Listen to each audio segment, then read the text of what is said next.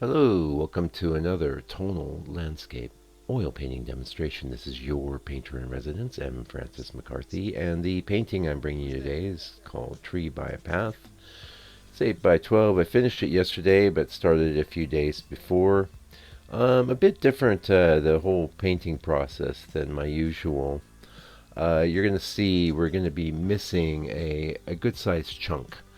But it's a neat looking painting. I think it came out looking quite lush, and let's just talk about it, okay? Now we're working on it's hardboard, and it has a good 2-3 coats of house paint on it, primed to kind of an earthy tone, a little bit of red in it, and the red amount of red in it isn't excessive, but it does tend to it is definitely present, and it's very similar to the burn umber tone. I mean, it's not so much similar as like burn umber. Burn umber has a lot of red in it, but lots of times it doesn't seem all that reddish. So, especially like when you work with burn umber very thin, as I am here, you can see I'm doing a lot of the underpainting with the paper towel, and don't sleep on that in your own work. It can be very helpful to just block in the large compositional elements that prior to getting in there and trying to draw every bunch of leaves on the tree, or draw everything out with your either a charcoal or a brush at a small size. Here I chose to just start working with masses, and this sort of drawing slash underpainting is called mass drawing. It's very helpful because really what's going to determine what's really going to determine the success or failure of your painting, more than any other component, I think, is the relationship of the large masses to each other.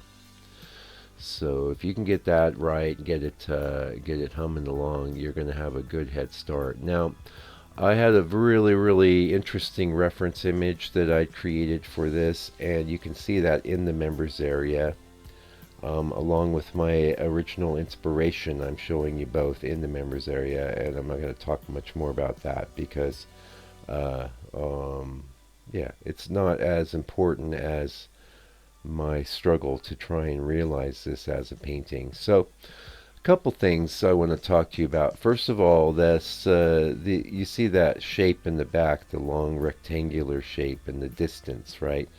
I get challenged with that kind of thing. I don't want to make it a whole involved scene back there, but I don't want it to have a stagnant or stationary feeling either. So my solution in this case was, a lot of times I would want the bottom part of the sky to be the lightest, but here I put in a tone of grayish sky right up against it, so it almost merges into that, and I thought that worked very well. I have a path, and I think the path is very helpful in this particular painting. Otherwise, we'd just be looking at a giant field of grass. Now, I'm sure you've probably already seen the preview image for the video, or you probably wouldn't have clicked on it. There's not much else in my video thumbnails other than an image. And what I'm using on this painting is my strokey sort of technique, and the way that I lay down brush strokes is pretty consistent. However, usually I subsume those strokes. I don't go for as directly strokey of an approach, but it is one of the techniques I'll pull out, and in this case it was the best technique that I could use to finish the painting. And what happened is, I'm real happy with the drawing and the way that turned out, the burn umber underpainting on the toned board. And so proceeded to go ahead and do my sky. And the way I'm painting the sky is pretty much the way that I always paint skies. It's fairly direct, but not very strokey.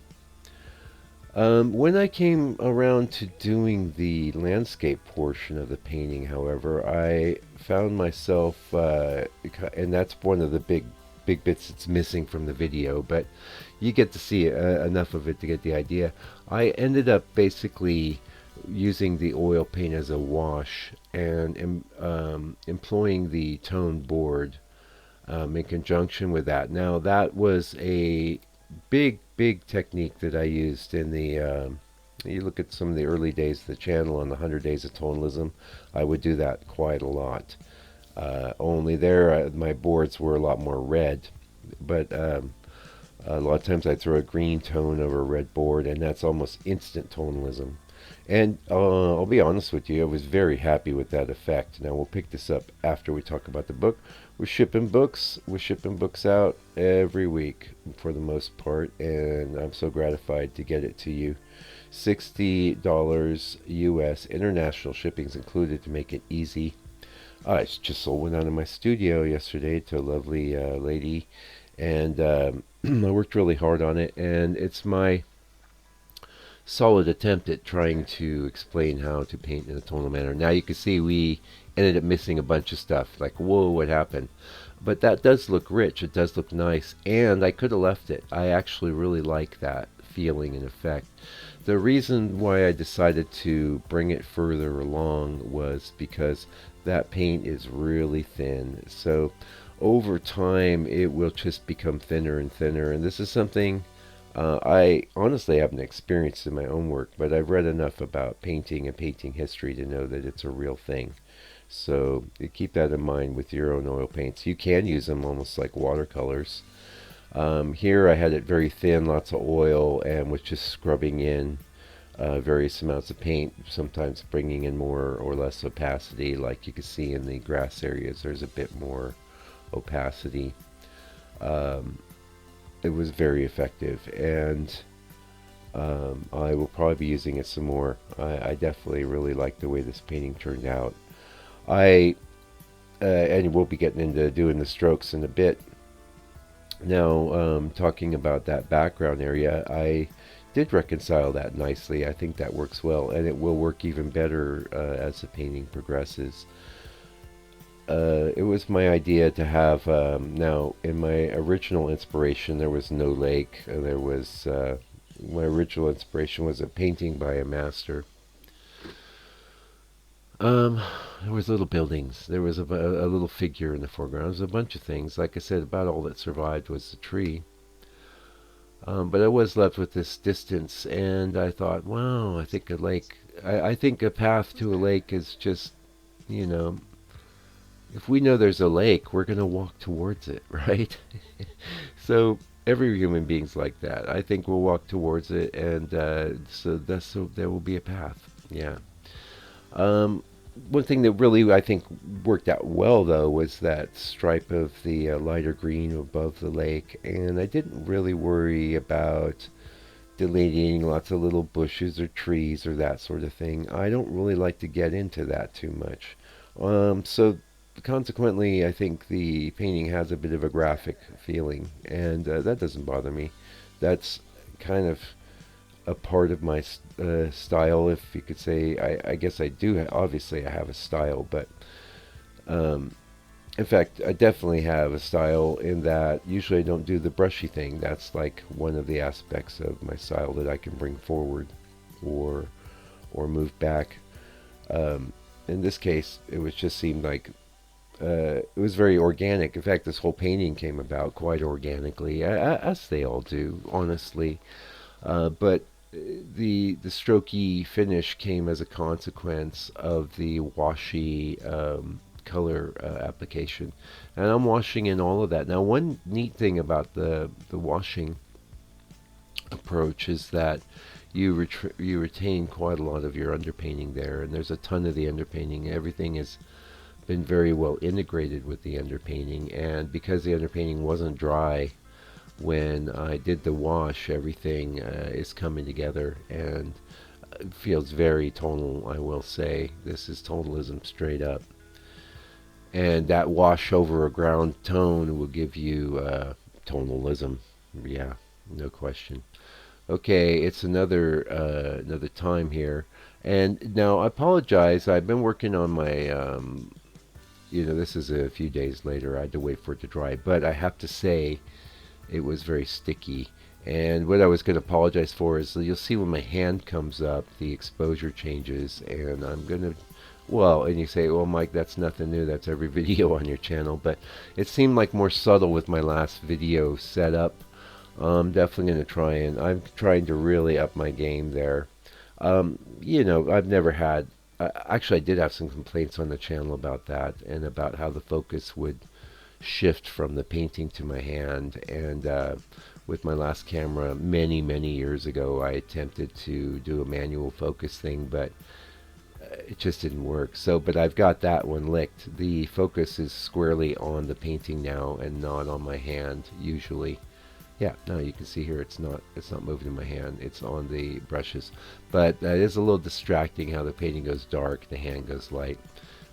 I will try to do better there, so thanks for your patience. Either way, you know, when I pull my hand away, you can get a real good idea.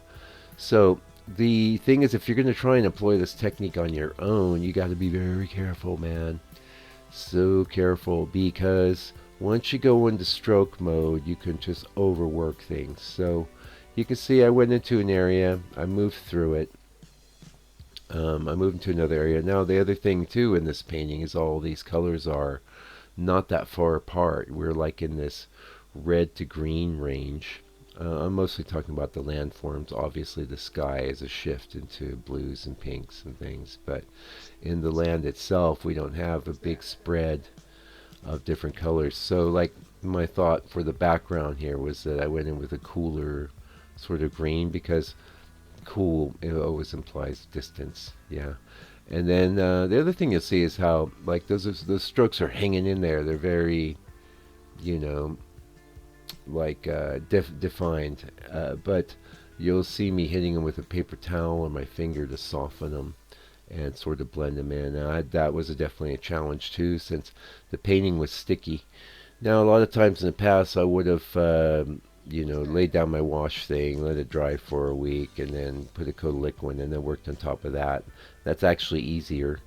But you know, having it sticky was okay too, because the thing is with it, when it's sticky, like you see that blob I just put down, if you put down a blob of paint on a sticky, not quite dry painting, it is there. You can soften it a little with your finger, but you won't be able to remove it completely. Whereas if you had, say, coated the painting in between these two steps, then you could have easily just wiped it off. So what I wasn't able to use here, I was able to use a paper towel. I had to make sure it was very clean. I couldn't use my usual swab though. That wasn't working, because all I would have got was a bunch of that cotton fuzz coming off the swab and sticking to the painting. So I managed to navigate it. And one thing hopefully you're noticing is that the whole painting was looking very dark. So at no point did I go in with darks again. I just brought up medium light tones and light tones. That was the mission. And I was debating about whether to bring up the sky as well, but I was really pretty happy with the sky, and I didn't want to mess with it. Okay. So if and so maybe a lesson for you there is, if, come on, you know, you're never going to be 100% ecstatic about every aspect of your painting, but if you're reasonably happy, you're reasonably satisfied, it's usually good just to leave it alone. What we have there is a good expressive sky, and it's got a certain tilt and dynamicism. That's not a word I know how to say, but you know what I'm saying.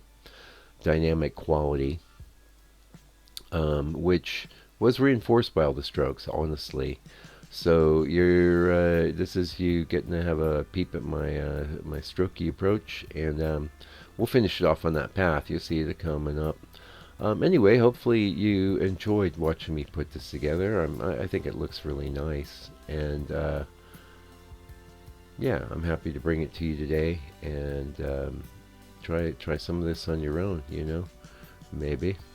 Anyway, till I come back with another video for your, hopefully for your edification, and hopefully for your enjoyment, do me a favor, do me a solid, take good care of yourself, your family, all your loved ones, stay out of trouble. God bless you and your family, and fight the power.